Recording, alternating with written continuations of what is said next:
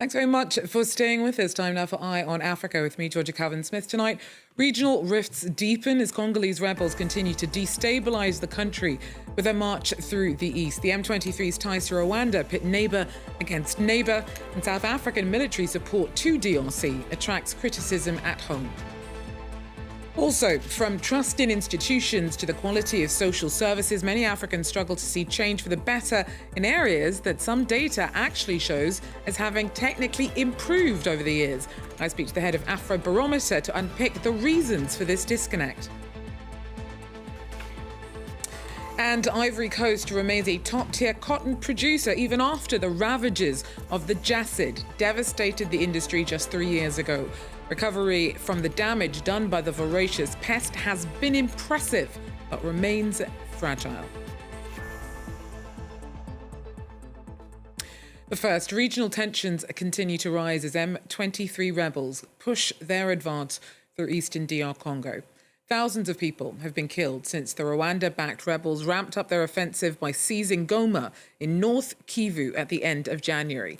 Kinshasa's called for another emergency meeting of the Southern and Eastern African regional blocs over the crisis. And also on Wednesday, Burundi's president called Rwanda a bad neighbour and threatened to respond if its own communities were attacked. Now, Burundi borders both Rwanda and DR Congo and has sent about 10,000 troops to South Kivu to support the Congolese army there. Kigali, meanwhile, has denied fighting alongside the M23, but relations with neighbouring Kinshasa are fraught. Rwanda's had to reroute flights from its national carrier after DR Congo closed its airspace to its neighbour on Wednesday. Rwanda's relations with South Africa have also soured. South Africa has about 3,000 troops in DR Congo, and at least 14 have been killed in the pushback against the M23 insurgents. Meanwhile, Pretoria's involvement is far from popular at home. Tom Canetti brings us more from Cape Town. The death of these 14 troops has been regarded as a national tragedy here in South Africa. Last week, President Cyril Ramaphosa began his State of the Nation address by reading out each of their names and paying tribute to them. This week, Parliament has debated the January incident, with some parties saying that the troops have been sent underprepared into Eastern DRC into a never-ending war. The EFF has also questioned the term peacekeeping and said that the mission should rather be described as a military offensive against better organised rebels. The truth is that our soldiers are not there to maintain peace. They are engaged in a direct combat, fighting against the highly armed and strategically superior M23 rebels who are supported by the reckless president of Rwanda, Paul Kagame. Our government has deliberately misled the people. The reality is that our soldiers are fighting an enemy that has better weaponry, better resources, and better intelligence. These additional troops have reportedly been sent to Lubumbashi, about 1,500 kilometres south of Goma. The number reported has varied between 400 to 800, but the SANDF hasn't yet officially recognised or acknowledged their deployment, meaning that South Africans don't yet know whether this is a routine turnover of troops or whether South Africa is increasing its peacekeeping force in the DRC. Well, Ghana's former finance minister's been declared a fugitive. On Wednesday, the special prosecutor gave Ken Ofori-Atta an ultimatum: give himself up or be tracked down. Now, he's in the spotlight, accused of having released tens of millions of dollars in public money for the building of what some believe is a vanity project conceived of by the former president. The massive cathedral, though, still has not been built. Justice Baidu talks us through. Mr. Ofori-Atta, who is also a cousin to the country's former president, Nana Akufo-Addo, was finance minister between 2017 and 2024. He is accused of his involvement in 5 high-level corruption cases, including the expenditures made on a $53 million cathedral that has been a subject of controversy since it began in 2017. Mr. Ofori-Atta left the jurisdiction on or around 2 January 2025. On 24 January 2025, the OSP communicated to Mr. Oforiatta that the OSP considered him a suspect in respect of 4 of the cases described above. Mr. Oforiatta was directed to attend in person the OSP on Monday, 10 February 2025 at 10 GMT for interview. By communication dated 31 January 2025, Mr. Oforiatta instructed his lawyers to inform the OSP that he was out of the jurisdiction indefinitely. The prosecutor also says 5 other officials of the former regime are currently being investigated for their involvement in the embezzlement of 1.3 billion cedis of petroleum funds. This comes only a day after the country's new president, John Mahama, announced that his new government was pursuing close to $21 billion of stolen state funds under the previous regime. Well, Africans aren't feeling optimistic about the difference being made by some of their leaders. For some countries, though, some areas of concern like security and corruption are actually not as bad as some fear. Pan-African Research Network, Afrobarometer, has done a deep dive to analyse data originally collected on governance by the Mo Ibrahim Foundation to work out why the perception of how the continent is doing is often at odds with what's really happening. Well, for a closer look at their findings, I'm joined now by Joseph Asunka, who's the CEO of Afrobarometer. Joseph, thanks so much for making time to talk us through all of this. So first of all, let's set the scene. Where are the biggest of these gaps between perception and reality when it comes to Africans' view of how the continent's doing? Thank you so much for this opportunity. And first, let me just state up front that the latest report from the Ibrahim Foundation is significant as it underscores the importance of building a governance index from a variety of sources of data.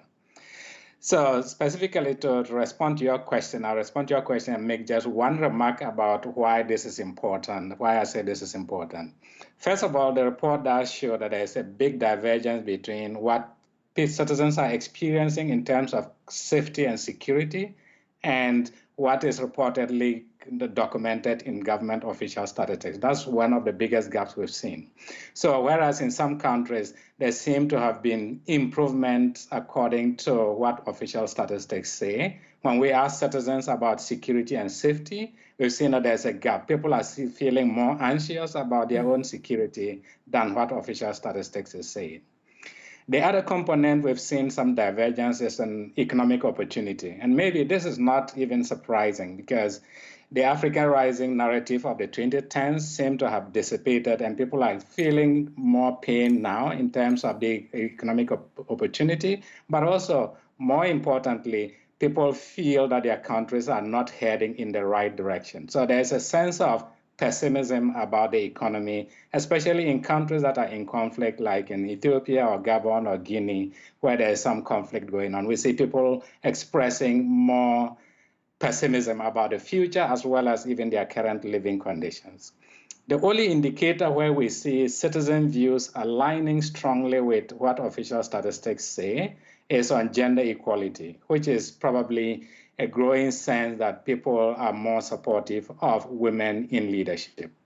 But the one comment I wanted to make about why this divergence might occur is this, that if I take the example of government spending, say, $10 billion constructing healthcare facilities across the country, that is one level of service provision. But then if these clinics or hospitals do not have the relevant healthcare providers, or they don't have the drugs, when citizens visit these healthcare facilities, what they experience will be different from what government has invested. So even though official statistics might record that government has spent $10 billion in the health sector, what citizens actually experience is that they don't get the drugs and they don't have the doctors or nurses taking care of them. And so when you ask them to rate the government performance in healthcare delivery, they are telling you what they are experiencing and not necessarily what government has invested. And so that raises the question, why these gaps? And that is what makes it important for an index like the Ibrahim Index of African Governance, or any index for that matter, to take into account different sources of data when building these indices. But besides the researchers who put together reports like this, what else can be done with identifying these mismatches? Why does it matter seeing how the experience of Africa is Africans are so far away from the ways and numbers in terms of investment that the governments are reporting for investigations like this? It matters for, a couple of reasons. First of all, when we see these gaps, the question is why? Why do we have these gaps? And that is where you can really develop what we call evidence-based policy making. Because one, it could be that government is investing resources in this area, but it is really not trickling down to affect citizens' lives as we would expect them to. And so government sitting in the capital city, investing resources and hoping that it will get to citizens.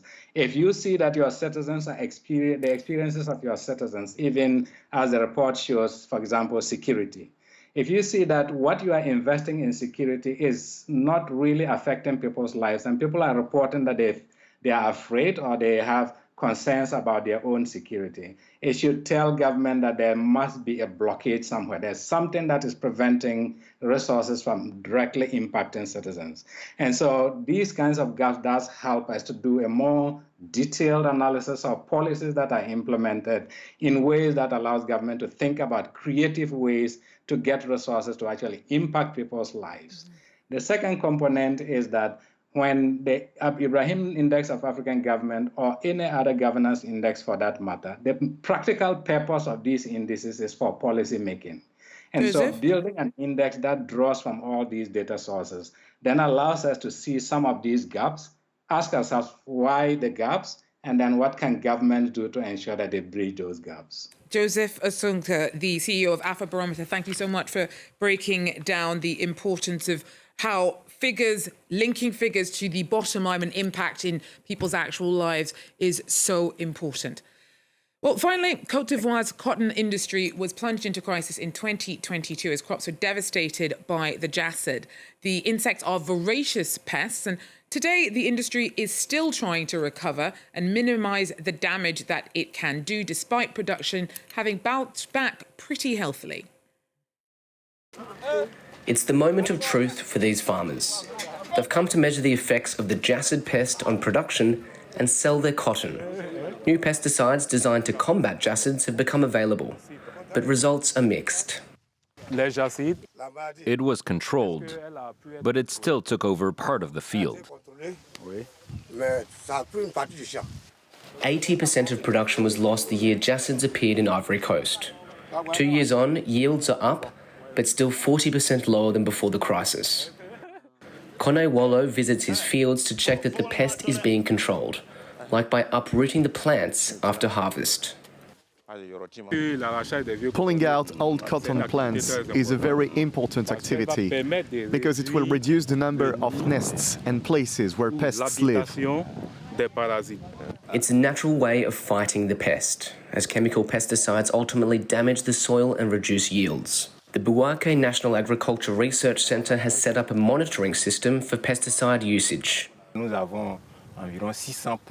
We have around 600 data collection points, which will generate statistics and even maps. The monitoring we carry out enables us to know whether the presence of insects and their density at any moment requires insecticide treatment or not, so as to minimize inappropriate treatments. Geneticists are working on finding seeds resistant to the pest. This season we tested 52,000 plants, and out of those we selected around 100 of them. In terms of parasites, we're looking for varieties with good natural resistance to jassad attacks. Vital research for the 3 million Ivorians making their living from selling cotton, especially in light of the effects of climate change and drought.